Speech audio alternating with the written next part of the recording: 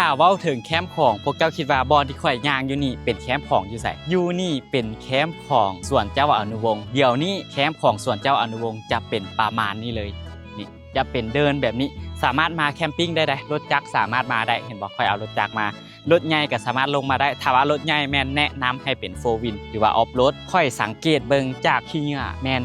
จะมีคนมาแคมปิ้งหลายอยู่ได้มีทางแก้วอเมซอนแล้วก็มีทางพวกตุกน้ำดื่มหลายได้ค่อยคิดว่าน่าจะมีคนมาแคมปิ้งหลายบ่อนี่หันโคตรเงียบสงบเลยแต่ก่อนมันจะเป็นเนินสูงขึ้นแล้วก็จะเป็นหาดทรายเล็กๆน้อยๆแต่ว่าปีนี้หันมันจะเป็นประมาณนี้เลยเวลาเฮาขี่รถลงมามันจะเป็นพื้นเรียบลงมาหาแคมน้ำแบบนี้เลยซึ่งค่อยคิดว่าหลายคนน่าจะคิดว่าบ่อนี่จะบ่มีบ่อนลงมาแบบนี้แต่ว่ามันมีทางลงมาทางเก่าเลยอยู่แคมป์ของเจ้าอนุวงศ์ทางลงกับอยู่หน้าปากปราสาทคือเก่าขี่ลงมาเลยมันหักมีทางเก่าที่เขาเจ้าเที่ยวในแต่ละปีมันจะเป็นทางลงมาจะเป็นแบบนี้เนื้อที่นี่ค่อนข้างที่จะกว้างสมควรอยู่เด้อนี่พวกเจ้าเบิ่งเห็นบ่แต่ว่าเพียงแต่ว่ามันจะบ่เป็นหาดทรายล้วนซื่อๆมันจะมีหญ้ามีหยังปนไปเล็กน้อยแต่ว่าเหมาะสมได้ถ้าว่าไผสิมาแคมปิ้งค่อยว่าเหมาะสมได้อยู่ทางเทิงนี่มันจะเป็นป่าหญ้าไปแบบนี้เดี๋ยวค่อยพาเบิ่งหญ้านี่บ่แม่นหญ้าน้อยๆเด้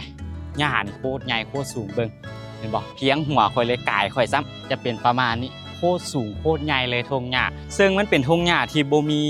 ต้นไม้ตัวอื่นผสมเลยมีแต่หญ้าแบบนี้ล้วนๆเลยมันก็ให้ฟิลที่แปลกใหม่ดีซึ่งหญ้าตัวนี้หันแต่ละปีมันก็มีอยู่แล้วแต่ว่าปีนี้จะมีหลายเป็นพิเศษหลายกว่าทุกๆปีเลยแล้วก็หาดทรายเขตนี้หลายๆอย่างมันก็ค่อนข้างเปลี่ยนไปหลายบ่อนนี้หันจะเป็นพื้นที่ที่ดีที่สุดสำหรับแคมป์ของอยู่สวนเจ้าอนุวงศ์ละบ่อนนี้จะเป็นพื้นที่ที่ดีที่สุดละทางลุมพุ้นถ้าว่าเลยเขตนี้ไปมันก็สิเป็นตาฟางสูงขึ้นซึ่งบ่เหมาะสมกับการมาแคมปิ้งหรือว่าบ่เหมาะสมกับการมานั่งเบิ่งสายน้ำแบบนี้และเบื้องนี้ตัวนั้นจะเป็นหัวหาดมันละถ้าว่ากายตัวนี้ไปมันก็สิเป็นตาฟางเนินสูงขึ้นซึ่งมันก็บ่เหมาะสมกับการมานั่งแคมปิ้งมานั่งลินบ่อที่เหมาะสมที่สุดบ่อที่ดีที่สุดก็คือบ่อนี่แหละแต่ก่อนหันมันจะมีคอกม้าเก่าอยู่ทางหน้ามาทางคอกม้าเก่าหันเลยเจ้าก็สิได้เจอกับพื้นที่แบบนี้เจ้าสามารถเอาแนวมานั่งแคมปิ้งได้แต่ว่าพยายามรักษาความสะอาดหน่อยนึง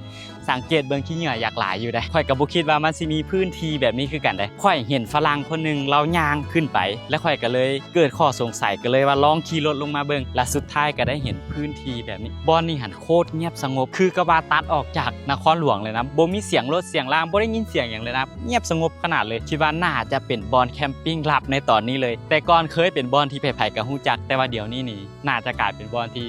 ไผ่ๆก็ยังบ่ทันได้มาค่อยคิดว่าได้แล้วก็แคมน้ำเด้อเจ้ายางได้ประมาณนี้ถ้าว่าเจ้ายางออกไปไกลกว่านี้มันก็สิเป็นเนินเลิกลงแบบนี้ละได้จะมีคนลอยน้ำอยู่ได้อยู่กลางวิวอยู่นี่หันค่อนข้างแปลกตาไปหลายเติบเพราะว่ามันจะบังไปด้วยธงหญ้าไปทั้งหมดเลยถ้าว่าอยู่เทิงแนมลงมาหันแม่นจะบ่เห็นเลยส่วนนี้นะมีแต่ให้ขี่รถลงมาอย่างเดียวเลยจังสิได้เห็นจังสิได้เจอกับหาดแบบนี้